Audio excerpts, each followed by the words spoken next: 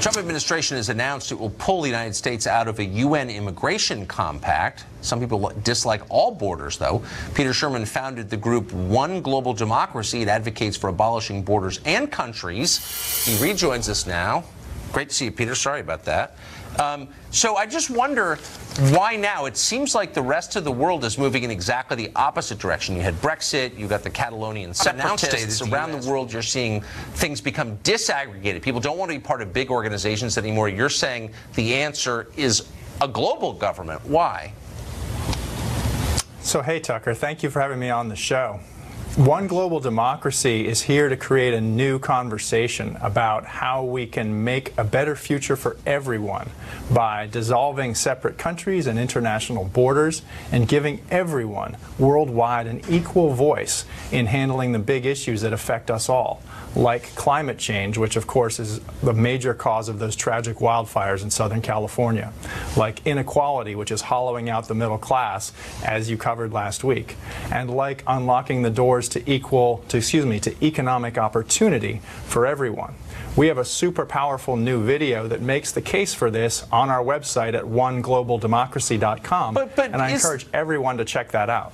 Yeah, I mean, I would encourage them too, because I think it's an interesting idea, but it seems very anti-democratic to me. People don't want this. They've never wanted it. The League of Nations had to be imposed on them. Same with the UN, the EU. Like, actual people don't want to be ruled from a great distance by people who don't speak the same language or have the same history or values. They don't want this. They never have wanted it. Why do you think otherwise? Well, the key distinction here is between being ruled and democracy. Now, democracy is about everyone having an equal voice, and we don't have that today. International borders and separate countries are getting in our way. You know, our current patchwork of separate countries dates back more than 350 years to the days when horse travel was the state of the art for communications. An awful lot has changed since then. You know, no, if I can correct the laws of physics.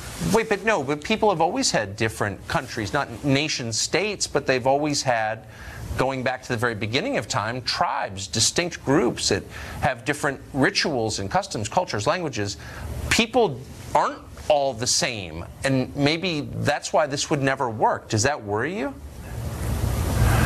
Respectfully, Tucker, I disagree. You know, and that's what's so exciting about this moment in history where we are right now. Because right now, for the first time in human history, we have an opportunity with new technology to actually implement a global democracy for the first time.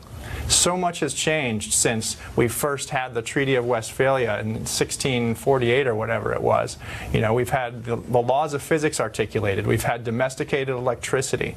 We've had the arrival of the internet and now blockchains. But none of that changes. Massively changing the world. But why would you want to?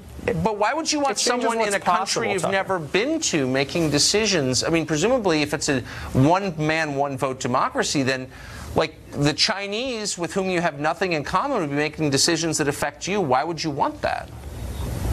Well, as a matter of fact, you know, one person, one vote. You'd be surprised, actually.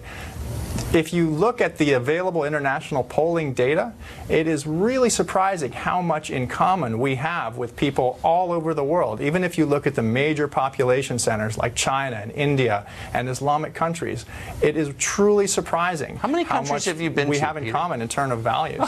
Okay. Quite a number. Quite a number. Okay, thanks for joining us. Enough to disagree with you, but thank you.